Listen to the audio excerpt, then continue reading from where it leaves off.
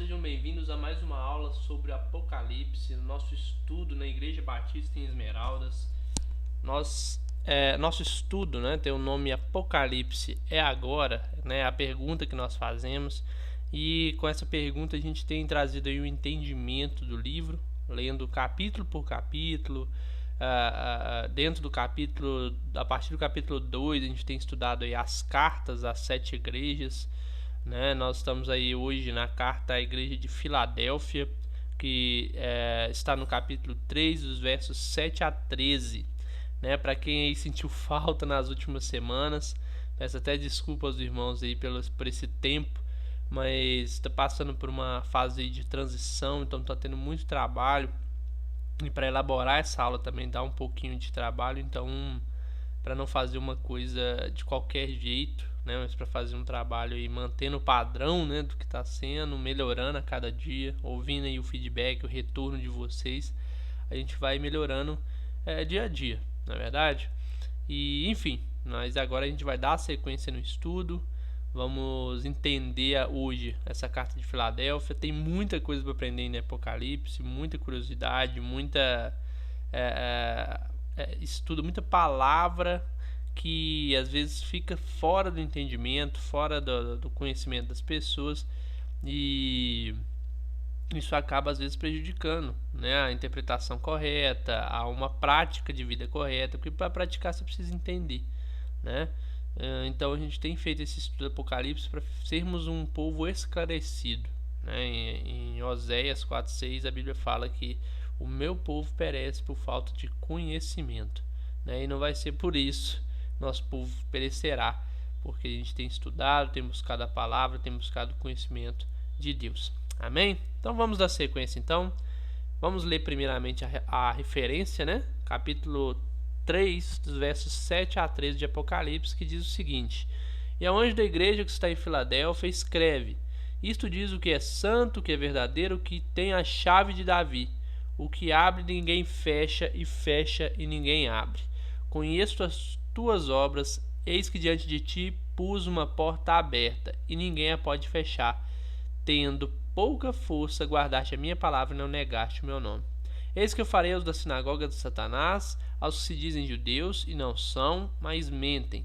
Eis que eu farei que venham e adorem prostrados a teus pés e saibam que eu te amo. Como guardaste a palavra da minha paciência, também eu te guardarei da hora da tentação, que há de vir sobre todo o mundo, para tentar os que habitam na terra.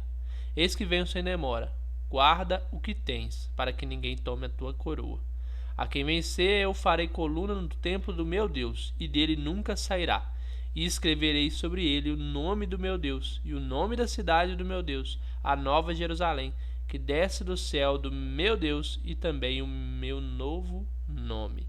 Quem tem ouvidos, ouça o que o Espírito diz às igrejas. Primeiramente, como de praxe, vamos aí assistir um videozinho falando sobre a cidade de Filadélfia. Eu sempre passo às vezes uma imagem ou algum estudo sobre a cidade. Dessa vez eu separei um vídeo. Esse vídeo é do Dr. Rodrigo Silva. Ele é um teólogo, arqueólogo que eu acompanho, um cara fantástico, e ele traz algumas curiosidades, algum conhecimento da cidade de Filadélfia muito interessante. Então a gente vai assistir esse videozinho e depois a gente volta na aula, beleza?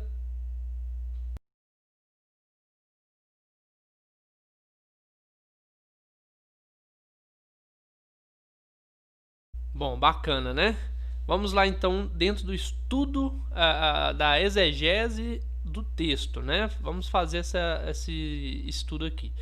E vamos pegar o primeiro versículo que a gente leu, o versículo 7, primeiramente, como já é de praxe também, a estrutura da carta, ela sempre inicia com aquele que escreveu, que é o autor desta carta, e novamente o autor é Cristo. E nós sabemos isso porque as características que são apresentadas aqui sobre Cristo são, na verdade, as características que definem Cristo, características que nós lemos lá no capítulo 1 e que lá no capítulo 1 dizia que essas características são as características de Cristo. né? E aqui ele reforça mais uma vez. E o que eu acho interessante, né, de todas as introduções das cartas que nós vimos aí, é que nessa especificamente ele utiliza 3 termos que apresentam características realmente que nos trazem uma esperança, assim como com certeza trouxe para a igreja de Filadélfia. Primeiro é dizer que ele é santo, né? Em outras palavras, olha, igreja de Filadélfia, aquele que está falando com vocês é santo, né? É incorrigível, é puro, é alguém que tem toda essa prostituição, todo esse pecado em volta de você. Isso não me afeta, eu sou separado, eu sou santo.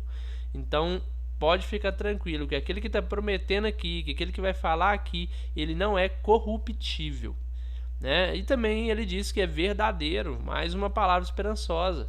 Aquele que está falando não vai mentir, não vai contar uma mentira, não está te falando algo que não vai cumprir. Assim como todas as profecias na Escritura Sagrada, esta também será cumprida, né? Não desanime, porque quem está falando é verdadeiro. E quem tem a chave de Davi, né? Que abre ninguém fecha e fecha ninguém abre. Eu vou passar aqui para vocês o versículo da origem, inclusive, desse chave de Davi. Mas antes, ainda dentro do assunto características de Cristo, né, do autor dessa carta, repare que basicamente o significado dessa chave de Davi, que abre ninguém fecha, fecha ninguém abre, traz o sentido de soberania, né? O que ele abre, ninguém fecha, o que ele fecha, ninguém abre. Ninguém tem poder sobre além, a mais daquilo que ele faz, do poder dele, né, do poder de Cristo. Então essas 3 características são claras do autor daquele que escreveu essa carta. Ele é santo, ele é verdadeiro e ele é soberano. Então são as características necessárias, na verdade, para que ele possa realmente cumprir o que promete. Tem um versículo da Bíblia, nos evangelhos ali, que fala que nós devemos amar a Deus com todo o nosso conhecimento, com todas as nossas forças, com toda a nossa sabedoria, enfim. Você deve conhecer esse versículo, estou parafraseando ele aqui. Bom, nesse versículo eu entendo que Deus, que está falando para nós amarmos Ele de todas as forças, com todas as nossas capacidades, é porque somente Ele tem as características necessárias para suprir as nossas necessidades. Porque pessoas podem se corromper, podem não ser santas, e isso prejudica uma promessa feita, um compromisso feito. Pessoas mentem, o homem mente, ele não é verdadeiro. Então pode acontecer de alguém não cumprir com a verdade, com aquilo que falou, e você ficar em dúvida. O ser humano, você pode, por exemplo, falar assim: não, mas eu amo a minha mãe e o meu pai de todo o coração, porque minha mãe não vai se corromper e não vai ser mentirosa comigo. Mas sua mãe e seu pai não são soberanos. Hoje pode acontecer uma doença e vir a falecer e não conseguir cumprir aquilo. Então Deus é soberano, nada é sobre Ele, Ele tem todos os poderes. Então não há possibilidade dele descumprir ou de não cumprir aquilo que Ele prometeu. Então veja como é importante a gente entender as características de Cristo. E a origem dessa chave de Davi está lá em Isaías 22, 22.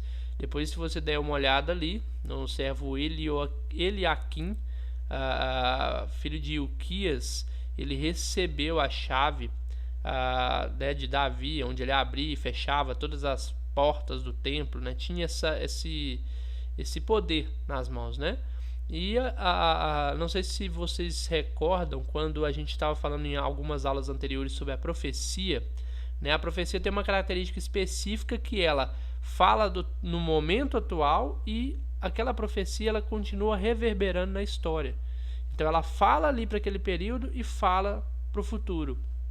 Então em Isaías 22, 22 existe uma palavra que estava sendo especificamente direcionada a este servo Eliaquim, mas o Cristo era o sentido dessa profecia, o futuro dessa profecia. E aí ele tem a chave de Davi, o que tem poder para abrir e fechar portas, e que ninguém pode mudar o que ele fizer. Amém? Bom, seguindo no verso 8, ele diz que conhece as obras da igreja de Filadélfia e que diante dela pôs uma porta aberta. Aí eu te faço a pergunta, o que é essa porta?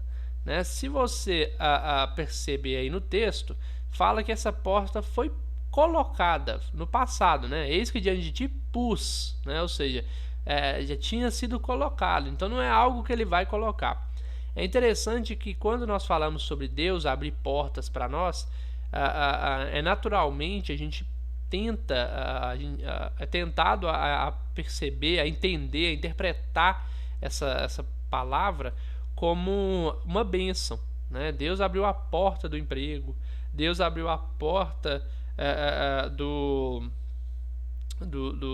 da compra da aquisição de algum bem, né? Seja de uma casa, de um carro, e não há problema nisso. A questão é que aqui no contexto, essa porta aberta é de fato uma bênção, mas não é essa específica material. É uma porta que a gente pode perceber lá no capítulo 14, versículo 27 do livro de Atos, o que significa. E lá está escrito assim: chegando ali, reuniram a igreja e relataram tudo o que Deus tinha feito por meio deles e como abrira a porta da fé aos gentios. Essa porta é a porta, e eu vi nos meus estudos aqui que grande parte dos teólogos confirmam essa interpretação, que é a porta aberta da fé, né? A fé aos gentios. Para você entender o contexto, o judaísmo, os judeus eles tinham um entendimento de que aquela verdade, que aqueles mistérios era algo particular deles. Inclusive a gente lê no Antigo Testamento a história dos hebreus, né, que depois se tornam judeus e enfim. Mas quando você tem Cristo carnalmente vindo sobre a terra e cumprindo o seu ministério, e aquilo é uma abertura de porta para que não só os judeus, mas que toda a humanidade tenha acesso à salvação, né? Tenha acesso à fé em Deus. E só que alguns judeus ainda se mantiveram relutantes quanto a isso. Mas aqui ele está dizendo que na igreja de Filadélfia foi aberta uma porta, né? Talvez a igreja de Filadélfia seja uma igreja que recebia com mais facilidade os gentios, né? O apóstolo Paulo, o apóstolo conhecido como o apóstolo dos gentios, era um pregador ferrenho dessa verdade que alcança todas as pessoas, né? E não só os judeus. No próprio livro de Atos, né, no capítulos pouco antes do capítulo 14, no capítulo 10, conta a história do centurião Cornélio, né, e de Pedro, e como que aquela experiência fez com que ele abrisse os olhos para que entendesse que essa porta da fé aos gentios foi aberta, que todo mundo pode ser salvo, né? Então, basicamente, essa porta tem esse significado, tá? Então, resumindo, a porta é de fato uma bênção, mas é a bênção de poder anunciar o evangelho para toda criatura. Essa é a grande bênção, né?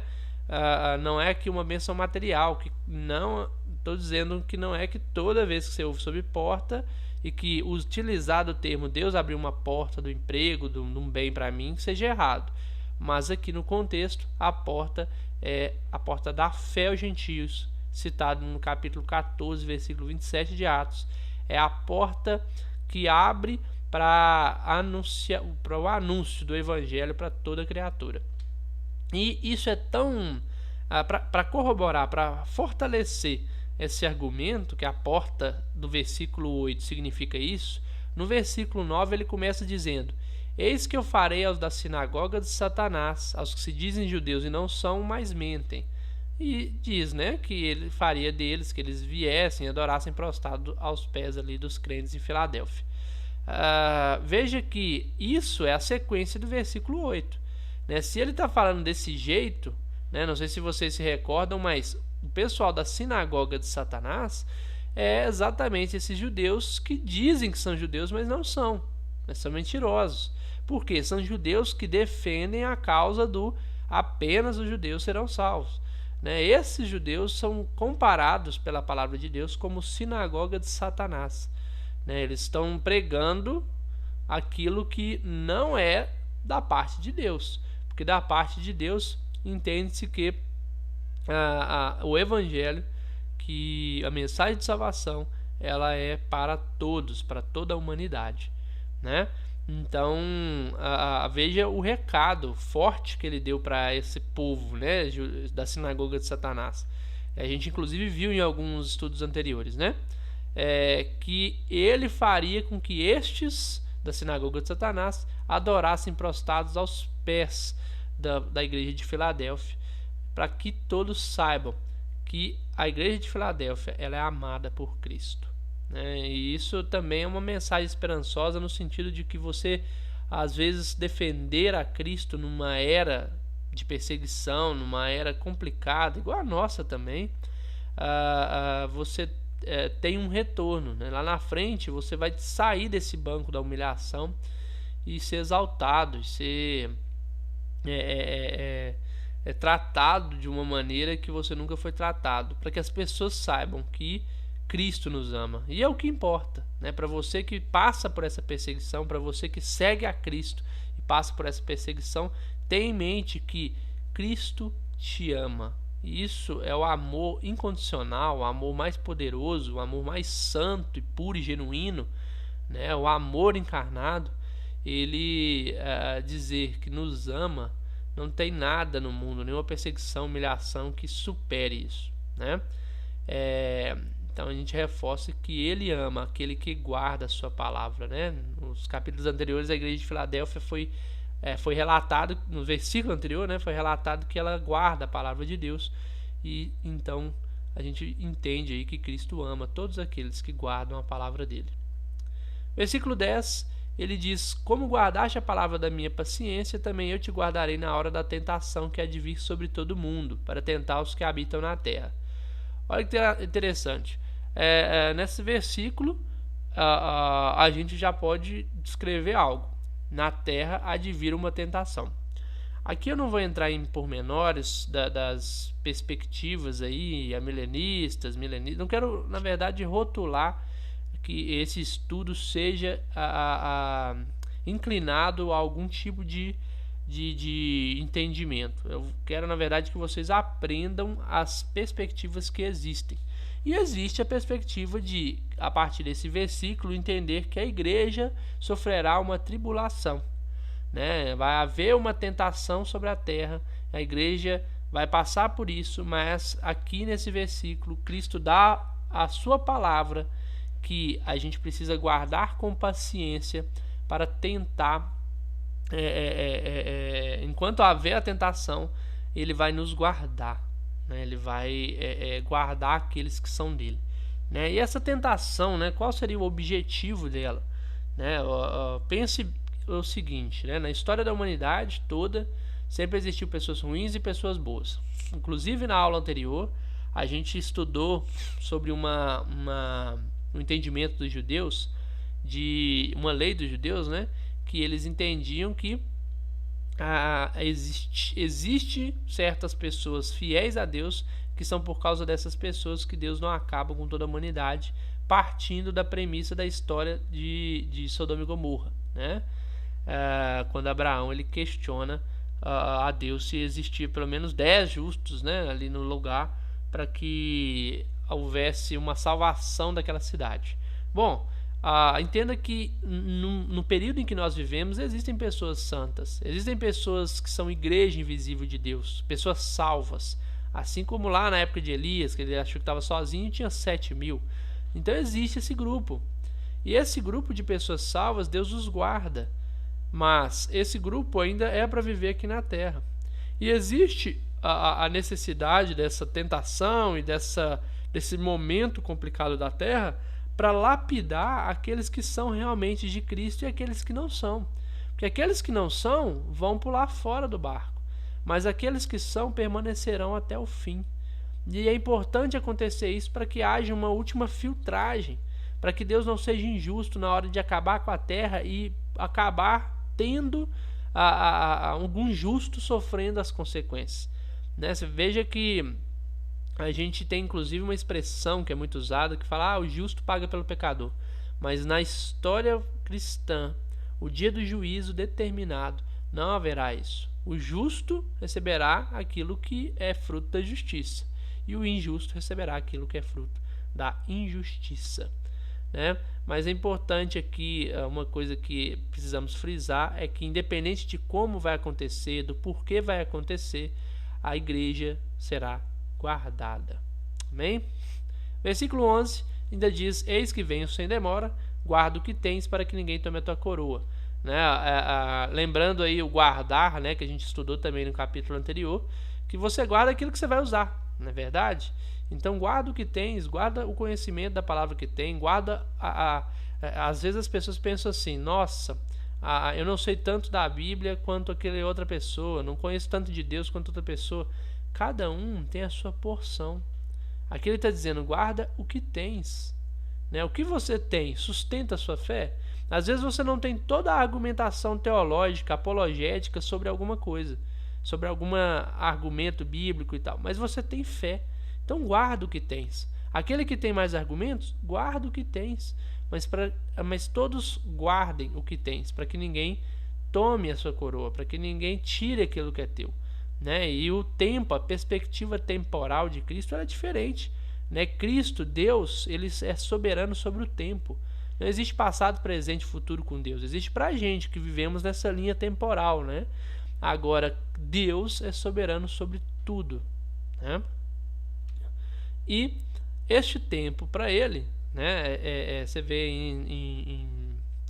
agora eu não me recordo o versículo, mas tantos salmos, acho que na carta de Pedro, né? Vocês me corrigem se eu estiver errado, mas existe a referência de que um dia para Deus vale 1000 anos, né? Então você não tem essa perspectiva. Deus não está preso ao tempo. Ele coloca a mão sobre o início da história da humanidade e sobre o final da história da humanidade ao mesmo tempo. Ele tem o poder sobre o tempo, né? Versículo 12: a quem vencer, ele fará coluna no templo do meu Deus. Olha que interessante. Vocês já viram essas fotos de ruínas antigas? Eu mesmo já mostrei aqui das cidades, né? Vocês já repararam o que fica em pé? Coluna. Tudo cai. Não tem mais nada da cidade, mas as colunas, elas estão ali de pé o tempo todo. E é interessante que o que ele está dizendo é que nos fará coluna no templo de Deus, né? Nós não cairemos. E é interessante que na cidade de Filadélfia, vocês viram aí no vídeo, é uma cidade que tinha muitos terremotos, era a cidade que tinha mais terremotos em todo o mundo.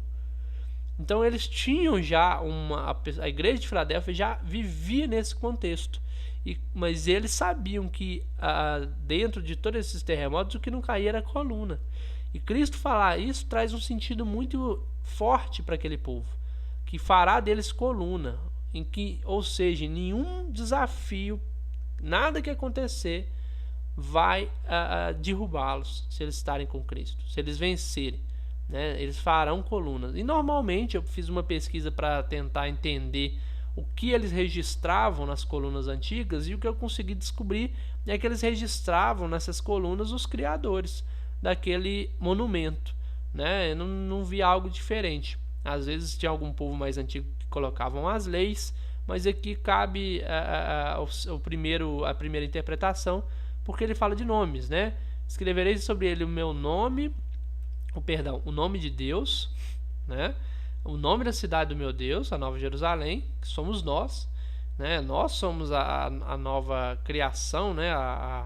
Nós somos o povo que vai morar com ele nessa Nova Jerusalém, e também um novo nome de Cristo, né? Talvez uma referência a não o Cristo do servo sofredor, mas o Cristo soberano, não o cordeiro, mas o leão, né? Este nome também estará escrito, né? Dá um entendimento de que essa coluna terá dedo da criação, o dedo da participação de Deus, de Cristo e da igreja, né? Enfim, quem tem ouvidos, ouça o que o Espírito diz à igreja. A gente sempre vê essa referência aí, mais uma vez relembrando que esta orientação não é uma observação literal, mas ela significa que aquele que der ouvidos, né, aquele que dá atenção, né, então ouça o que o Espírito diz às igrejas. Amém?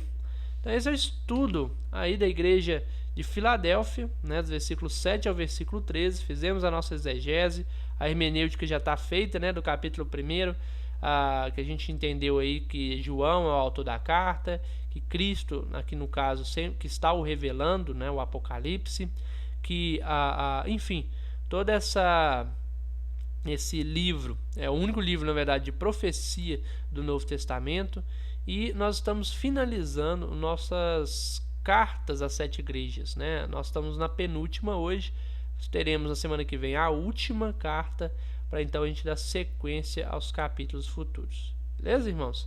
Então orem, façam um estudo, anotem, registrem, como eu sempre aconselho vocês, e não percam, né, essa gana do estudo das Escrituras, porque o entendimento claro delas é o que transforma a nossa vida. Amém? Então nos vemos aí na próxima aula. Tchau, tchau.